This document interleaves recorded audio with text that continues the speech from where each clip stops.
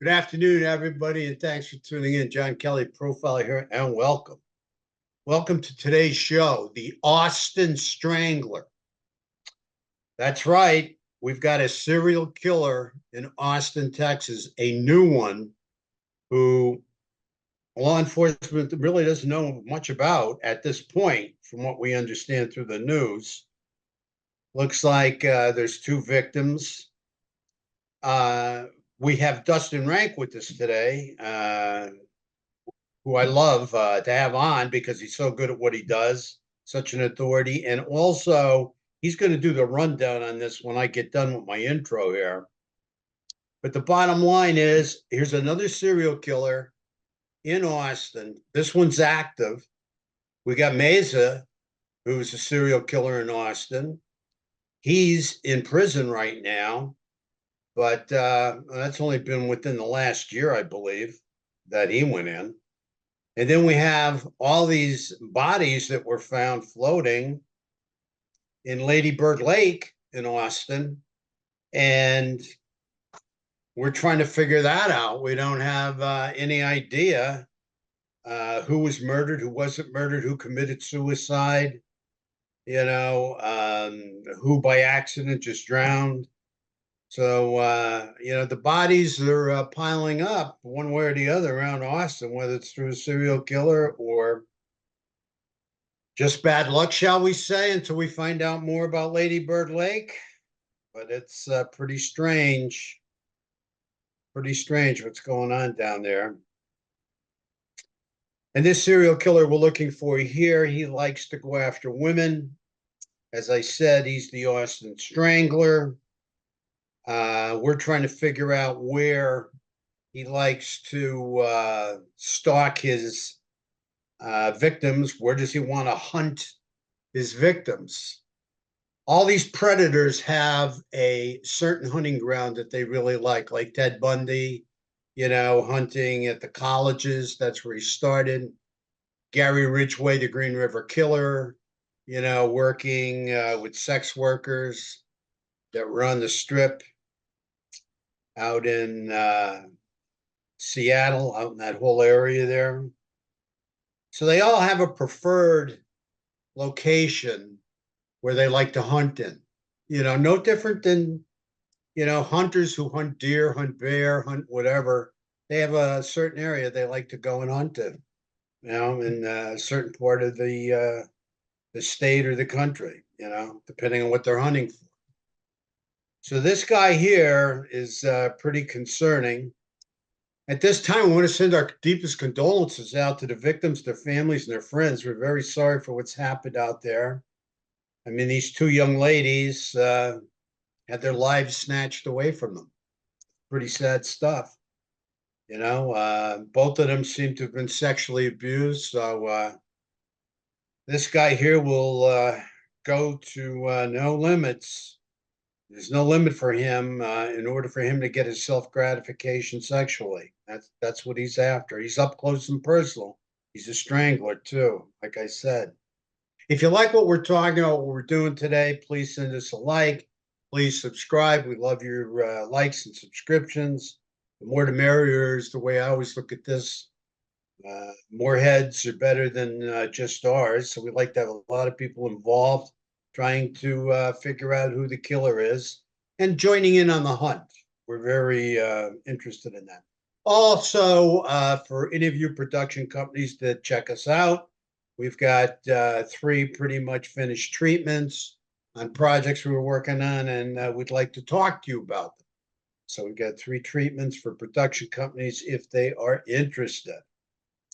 And at this point in time, I'd like to bring out my book, Discovering Lazarus. I want to thank you all so very much for all your purchases, all your great feedback. Can't thank you enough for your kind comments.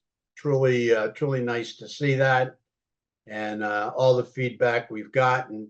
So Discovering Lazarus, it's on sale in Amazon. You can pick it up at Amazon on sale. And it's the good, the bad, and the ugly of John Kelly. How I kicked a severe cocaine habit, became a counselor, psychotherapist, and then on to becoming a profiler. So thank you all so very much for your kind comments. And speaking of comments, please feel free to comment as much as you like on here. We will always get back to you. We love your comments. We love your feedback. And join the hunt.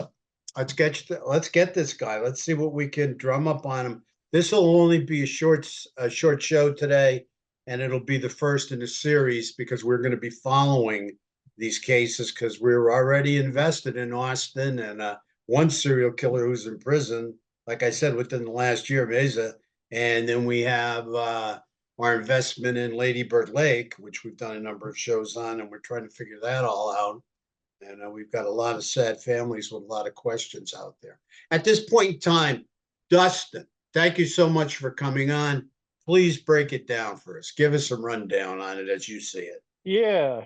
Yeah. Thanks, John, for having me on again. It's always an honor to be here with you and your audience, and I appreciate your time for sure. Yeah, this is an extremely disturbing case, and I'm going to kind of lead into it with why. And the why, other than the fact that we've got a serial killer, other than Mesa, work in the area. What's really unusual about this to you and your audience is we've got two dead women, similar age, similar kind of demographic, similar profile, but we've got a common DNA, but we don't have that DNA in CODIS. Law enforcement doesn't have that DNA in CODIS. That's a little bit alarming because you've got a guy out there that up to this point hasn't been busted for anything more than maybe a traffic infraction, and he's killing and strangling and assaulting women. And these are just two that we know about. So we don't know where this is going to lead, but this all started back in 2018 when a young woman by the last name, her name was Alba Aviles, I believe. Someone discovered her strangled to death in her car, which I think is an important clue here. Southeast of Austin, it's a rural residential area.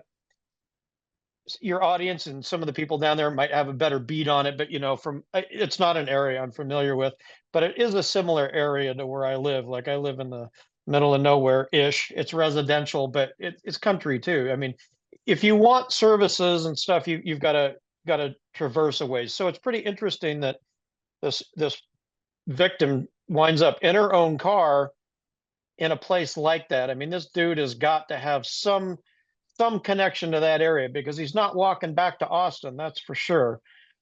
In the middle of the night in a rural area, like it just doesn't make any sense. So he's got to have some connection to it, And then we fast forward here, right? Like, so it looks like, according to law enforcement, that Aviles had left a club that's near the airport, and that was the last place that she was seen. An interesting tidbit as we kind of fast forward through time.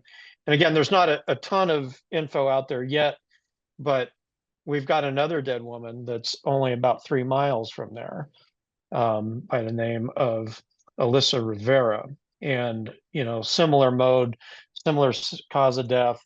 But these two women are sharing DNA from the same offender. So right now, that's kind of where we're sitting. And we don't know much else, but this is a pretty high priority, I know, for you and myself, and I know it is for law enforcement, because this again, we were just discussing, the other day about the Lane Bryant thing, how dangerous that offender is. Now we've got a guy that doesn't have any, criminal, like they don't know anything about this dude either. So it reminds me a lot of, as we had gone through the Rachel Morin case, where we've got two, people with DNA samples, but they didn't know the identity yet. And law enforcement did an amazing job in that case, wrapping that dude up. So, amazing. yeah. So Go that's ahead. where we're sitting right now. But this is I would encourage people to really keep your head on a swivel because, this doesn't fit Mesa's timeline.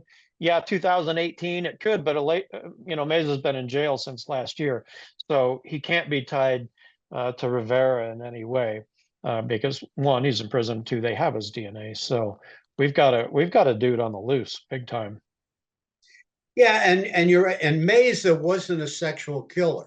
I mean, his goal was to profit from his murders. And he was he fell into the subtype comfort killer category. Okay. Killed for creature comforts, money, drugs, whatever, that's where he pretty much fell. He wasn't a sexual predator out there working bars or working the street or working the sex workers. He wasn't about that. This guy here, he's his self gratification is important to him. This guy gets the thrill and the high, from the sexual dominance and the murder. That's part of his ritual. Okay, because he's strangling. And lots of times they'll take him. When these guys are strangling women, they'll bring him in and out of consciousness. It just reinforces their control, their feelings of complete control and sexual dominance over their victim. And these guys really, pick up an addiction to that. I mean, and they can't stop. I mean, yeah, we have some time between 2018 and 2024. However, bottom line, where's this guy been? Do I believe there are other bodies or other people that wherever he's been that he's killed within 6 years? Yeah, I do. I don't believe this guy just had a quick 6-year cooling off period, unless he was in the can for something else. Maybe he was in prison for 5 years or something. All right, that could be a reason why he was off the street, not killing. But usually, you don't see a 6-year cooling off period with somebody that's pretty young, pretty new, and getting started. And you can tell he's a newbie because he doesn't have the sophistication. He doesn't have the brain power of, not leaving a lot of DNA. And he did. He left a good amount of DNA that, they were able to pick up on, and they have. So just like in the Rachel Morn case, they just need to find this guy, and then they can try and connect him right off the hop with his DNA. If he's a DNA match, they have him, and away he'll go. Okay, but you can see there's not a lot of sophistication there. The one girl was seen at a club. Probably that's where he picked her up, at the club. I mean, I think we're talking 2018, right? So, he picks her up at the club. Next thing, she's found miles away, dead in a car, sexually assaulted. His DNA is in an enclosed environment, so it's in the car. They're easy to get DNA samples on him. Again, I think this is when he really, took off and got into action. Real newbie here. But also, too, I don't think she drove to that spot and parked her car. I believe he killed her there or elsewhere, probably elsewhere, then drove the car there to that spot for one simple reason, because he lived around there and he could walk to his residence. So I think the cops already out there are canvassing and have canvassed that area completely, looking for somebody that might fit his description, or is known to go clubbing, known to be a little weird, probably has the background of some types of sexual offenses. And they don't have to be major sexual offenses. These guys can build up, maybe stealing panties or peeking through windows, stuff like that. But they'll close in, they'll pick up on this guy. And then I think he probably, ended up with his own transportation. And, that's how he moved forward, right? You could see this guy when we're trying to figure out where does he like to hunt? Where does he look for his prey? We can look at bars. That's number one on the list. He could be in there chatting it up, helping some young woman get inebriated, get the big uninhibitor in her. She drops her guard, gets more comfortable with them. He's, talking all these niceties, and then he can walk her out the door, right? So that's a place I definitely check into. I would definitely check into clubs. this guy's working clubs. Because, like I said, they all work somewhere. They all hunt in some location of their choice that they feel very comfortable in. And we'll have to wait to hear some more news on that. And hopefully, sooner than later, we get more information that we can help boil down. Anybody knows anything, please call law enforcement. It's very important to get this guy off the street because he's not going to stop. I'll tell you right now, these stranglers, especially, they don't stop at all. They get too much out of it, too much sexual gratification out of it. And then with Alyssa Rivera, she found an abandoned house. Just, Dustin, talk about that. I mean, she's found an Yeah, that's abandoned. yeah, and that one's pretty close into Austin too. These two locations are pretty, as we're looking at it, look pretty specific. Like this guy has to know the area. I mean, you're not just gonna like be rolling around, you know, Austin, South Austin, North Austin, anywhere in Austin with a body in the car till you come up on a suitable place. That abandoned house is in enough of a residential area. It's close enough in that he would have had to have known about it almost for sure. Because I mean, really, if you just had to dump somebody and you're in Austin, there's a million places you could have driven out of town in any direction. I mean, plus it's a huge city. I mean, to just randomly wind up at an abandoned house in a place like that, that's a bit of a stretch for me. So, I got the feeling this guy is pretty familiar with the area. And like you said, especially with the southeast, location outside of Austin a little ways, man, that dude's, and, we're, like you're saying, John, like this guy is, if he likes that up close person, he likes that stalk, right? He likes trolling for these women, looking for that vulnerable angle, just like any predator would, or any hunter would for that matter. I mean, of course you're going to go where the action is, right? You're going to go where the type of women you're looking for are going to hang out. You're going to know the area. You're going to be familiar with it. You're going to be cool cruising around that area. You kind of know the players, the lay of the land. So to me, that house doesn't strike me as a completely random opportunity at all. No, he was very familiar with that. You're right. Very familiar with that abandoned house. Yeah. So familiar that he's willing to kill somebody or leave their body. Yeah, it makes me wonder too, because that house is abandoned, and since we don't think that it's like a random, a location, it makes me wonder, if there's maybe another assault or some drug deals or something that this guy is familiar with that he's either used it for or that he's connected to in some way that is pretty nefarious. Excellent, excellent point. Something else you brought up too. You know, as we were talking, it was going through my mind. Is this guy more visual? Is he more auditory? What is he? You would think if he's can chum girls up and chat them up really nice in a party, get them to leave with them. He's real auditory, charming kind of killer, right? That's how they operate. Hmm. But then I start to think to myself, well, he could be that way too. But also, you mentioned something about them having similar physical characteristics. They look, similar. And then I start Yeah. thinking, how Bundy was so fixated, on girls with brown hair parted down the middle, and Hmm. how supposedly, and he's innocent until proven guilty.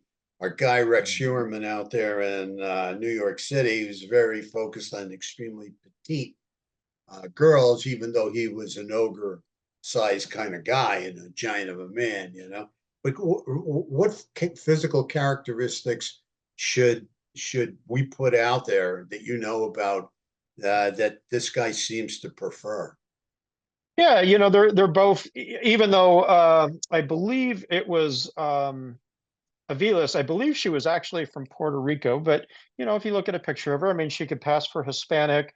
I mean, she's a very nice looking young woman, and so was Rivera. I mean, they're, ethnic looking, Hispanic looking, which isn't uncommon to Austin, So, they're both fairly petite. I mean, if you took any standard kind of, broad stroke. I mean, they would be kind of, a smaller ethnic, slash Hispanic looking young women, long dark hair. I wouldn't pass these two off as sisters, but yeah, there's enough commonality there that you could make the next, leap to this guy having a specific type that he's really into. Because they definitely, when you run down their stats and you see the pictures of them, you're like, wow, like, they're not two opposite types of people or two random people. Like those dudes like targeting people that really, get his attention, and they have similar characteristics. Well, years ago, I mean, we in the training we went through, I mean, one of the focus was, and this was a long time ago, I don't know how pertinent it is today, but certainly has to be looked at. Many serial killers killed within their race. Okay. That was the majority of serial killers killed within their race. Right. And, it could be similar here, could be very similar. Yeah. Okay. That he's of the same ethnic race that these girls are. And, that's where, years ago too, started to come up with, serial killers really killing their mothers, right? Same race, right? Even though it's uh, a different woman completely than their mother, but to them, the relationship, was there, that they wanted, Yeah. to have power over, somebody who they felt powerless under as a child or whatever. I mean, we could do all kinds of psychoanalytical stuff with that and play those, psych games all day, but with this stuff. But most importantly, I think girls, especially in clubs for now, or even just on the street, need to be on their toes and be aware, because this guy, he's going to be looking, for new victims sooner or later. He probably has, rap sheet with some sex crimes on there. He has a history of some types of sex crimes. Sometimes, lots of times, they're not legal, and they're, he never got arrested for them. But there's people that know of him that never turned him in, or there's family members that know of him that never turned him in. But That's right. Right. Yeah, this guy could easily have a history of just inappropriate behavior with women. It might be in his absolutely, workplace, it could be in his social circle, it could be within the family. Absolutely. That, like you're saying, like obviously he's not in CODIS, and hasn't been clipped for it, but a guy that's that bent on these types of murders, like I can't see this guy having quite that much containment, to not have some sort of acting out. So and then yeah, and just getting back to Rachel Morn for a minute, if you think about how they caught the guy, okay, that killed her, and all they had was his DNA, right? And they couldn't match him up until the end. But where did they find him? At a bar. I forget if he was right. outside or inside sitting at the bar, but he's at the bar. Yeah. Why is he there? He's not there for a drink as much as he is for looking for a victim. So, they're looking for drunk women who are easy victims. And if he's working the bar scene, I don't know. And he's so new, I believe, and he's so unsophisticated. He's younger, and he's making mistakes, and he's made his biggest mistakes already. I mean, they'll have him, sooner than later. But anyway, is there anything else you want to bring up before we exit, before we go? And we'll be on top of this case, and try to keep our fans and the public informed every step of the way. But we had to bring this out because this guy's just he's just simmering right now. He's just simmering. Yeah. He's getting ready. He'll explode again on some poor girl or woman somewhere. Yeah, that's interesting. And I'll make this quick, but I think that really kind of, this behavior really ties into like how compulsive this guy is about committing these crimes. Because I mean, John, like, who in the world doesn't know about DNA at this point? You know what I'm saying? I mean, nobody's been living under that kind of rock but yet he's leaving traces everywhere. So that's Yeah, that's yeah, that's not especially good news. yeah, in the car, in that protected environment, Yeah. the DNA is going to thrive, and they're going to find it. And that's how they got it. They've been looking for him Yep. since 2018. All right, to our fans and everybody that's watching, thank you so much. We can't thank you enough. Please join us in this hunt. This is the first show in this series on the Austin Strangler. Most importantly, take care of yourselves out there. We live in a violent world. Just enjoy your day and stay on your toes and take care of yourselves. Look forward to seeing you again. Many thanks and God bless. Thank you.